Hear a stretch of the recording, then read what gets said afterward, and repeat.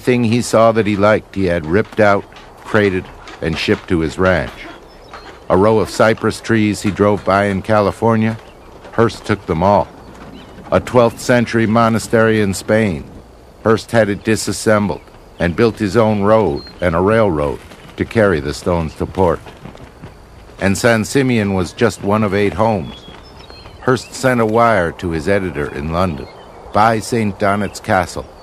There was no mention of price. Hearst had all his life, if he saw something that he liked, he would say, buy it. And if there was no place to put it, he would have it stored in warehouses. He had warehouses in all over the country. He had warehouses in the Bronx, warehouses in San Simeon, warehouses in San Francisco, filled. At his peak, Hearst was said to account for 25% of the world's art market, until the stock market crashed and people told him to slow down. Of course, he wouldn't. He just kept spending and spending and spending and spending, and expecting that his newspapers would supply the money. And for a long time, he never had to worry about it. His newspapers and his magazines and his other enterprises were hurt by the Depression. He can't pay for it anymore.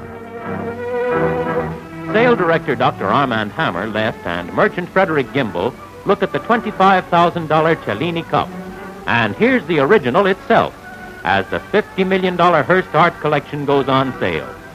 The fruits of 50 years of search for art treasures.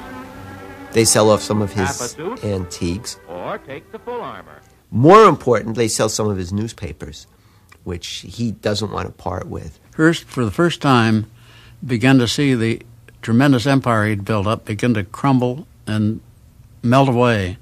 It was as though he were on an island and the waves were lapping up on the shore and taking away a bit of shore every time they rolled. Rare tapestries, too. And ladies, a china and gold service, only $25,000. Did you say charge it? Ah, to dream of the grandeur of centuries. Oh, this is an enormous setback. The man is 75 years old.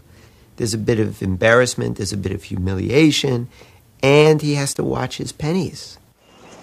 Hearst, the old defender of the working man, was now railing about taxes and unions and all the encroachments on his enterprise that were called the New Deal.